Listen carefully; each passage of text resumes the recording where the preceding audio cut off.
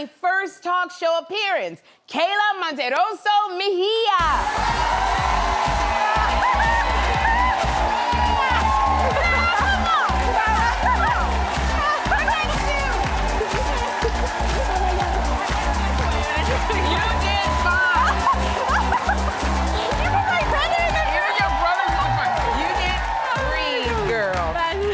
Oh my God. Sit down. Look at you. You nervous a little bit? Yeah, this is crazy. But it's crazy. But at some point, like, this is where you're supposed to be. You're supposed to be on a talk show talking about yourself. Wow. So take a deep breath. Yeah. Take a deep breath, girl. Woo. There you go.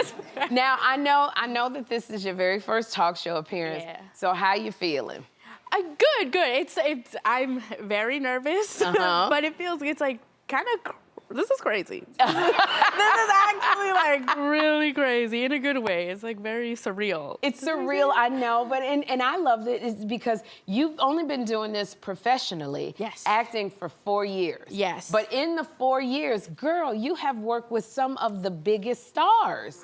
How did all this happen? Okay, I have no idea. No, I'm just kidding. It's honestly been, I've been doing it for 4 years professionally. Okay. But I've been trying before that, maybe like almost 7 years. Yeah. And nothing worked. Okay, nothing really. worked. Yeah, it was, not that it didn't work, it was just, I had a hard time kind of finding where I fit. I didn't think I was funny in the beginning. So I really wasn't auditioning for like comedies and stuff like that. Yeah. Whereas I think I probably should have started there. I think you have found your groove in the funny now, lane. I think. No, it's kind of worked, you know. I think that lane is working for you. Yeah. Now, were you like the first person in your family to go into show business? Oh my God, yes. Okay, so I am the first one. Okay. Actually, most of my family members are barbers. Oh, they're all barbers? On both sides. So really? My mom's side of the family, there's a lot of barbers from her brothers and sisters and my cousins, and same on my dad's. Yeah. There's a lot of his brothers and sisters and cousins on both sides. Are barbers? Yes, and so it's funny because it's actually in like a small area in around La Puente, Hacienda Heights. Yes. And so there's maybe like a 10-mile radius in any direction. It's like my aunt or my cousin or, you know. So your family then took over La Puente doing all of the barber stuff. Yes, and so if you have a regular customer and they don't go to you, you most likely know, and like, you went to my aunt. Like, you. So did you ever, What? like, do you cut hair? Did you ever have to like fill in for family? I did. Honestly, I was really bad at it. I had no business cutting anybody's hair. But that was sort of like my survival job before acting took off. It was the worst. I was actually terrible. And my brother will attest to that. I've messed up his hair plenty times. Oh my goodness. Did anybody ever come in and you had to cut their hair? Honestly, I would always work with other people just in case if I made a mistake, somebody else could fix it. But I remember there was one time that what had happened, girl? I was working on a Saturday. And if you know, Saturdays are very, very busy for barbers. Saturday morning, it's pop into the barber shop. So I remember my coworker was coming in late. And I thought, okay, it's no problem. Like, he's gonna be a couple minutes late. That's fine. I'll open. The chances of anybody coming in are very slim. So I'm not lying. Within 5 minutes of me opening, the barbershop is full. It's full of people. And I'm like, okay, that's fine. But she's going to get here soon. Like, it's okay. I'm not thinking anything of it. And I start the first haircut, right? Which is a low fade. A kid must have been like 10 years old, very young. Okay. And a low fade is very hard to begin with. Yes. And so I'm like, okay. And that's what he wanted, Yeah, was a low like, fade. Yeah, sure, of course, no problem. It was very hard. But, you know, I got through it. I'm, like, finishing the haircut. I'm like, okay, like, I could breathe, it's fine. And then I remember I'm close to finishing, and then his dad comes in, he's like, oh, actually, like, can you give him a lineup? Oh, that lineup! I was like, mind you, I had never done this before. I had never done, like, I've seen what it's like, but I had never actually done it. Oh my, what's your line and look I'm like? Thinking, sure, I can do it. And so it's like a little peanut machine. Right. And I didn't calculate the space from his forehead to his eyebrow. It was like very small, because he's like 10 years old. I don't know. Right. I just wasn't thinking. And I remember I put the machine down, and I scooted it over, and I took half of his eyebrow off. You cut off the little boy's eyebrow? It was real bad. It's funny now, but like back then, I really wanted to cry. I was like, I'm so sorry, sir. Oh my goodness, that boy is 15 now, still got a space on his eyebrow. And then everybody left. The barbershop was full. Everybody left. Everybody after that. left. Yeah, they were like, you stay in that lane of comedy. Don't you become a barber? Yeah, no. Now I know. Own a barber shop, but don't. I'm like, maybe You know, Keyla, I love it. I love that story. You know, and I love you had a breakout role. I want to congratulate you on this. You had a breakout role in 2021 on Curb Your Enthusiasm. Now, let me tell you something.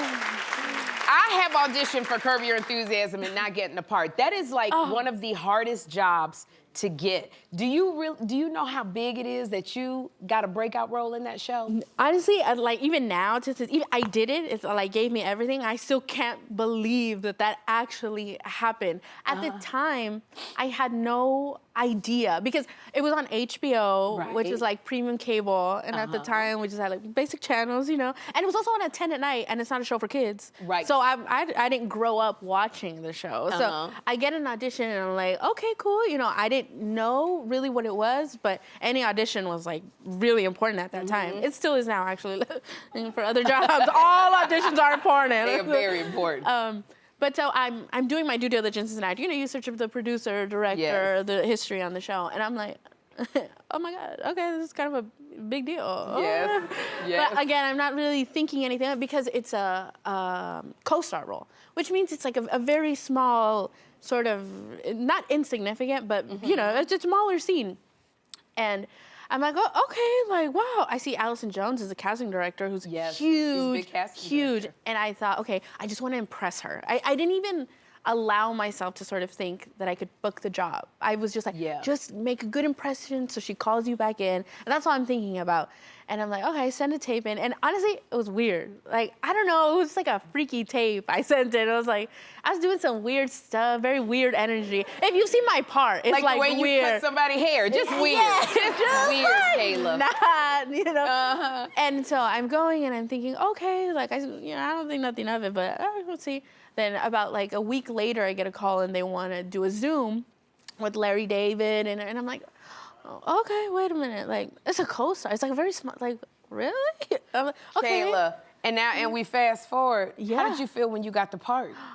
Because I thought it was a co-star. I was thinking it was very small. I booked it. And I was like, oh my God. But on the phone call, they tell me it's like, hey, it's more than you thought. It's a big arc. It's a recurring episode. So you thought this little bit, and you got this big arc. And I remember crying. I was just like, There's nothing small about you. You will always be doing big stuff. Oh my God. Keyla, That's so sweet. I want to congratulate you on your new movie. You were cordially invited. And you look so daggone funny in this movie. It's with Will Ferrell and Reese Witherspoon. What's this movie about?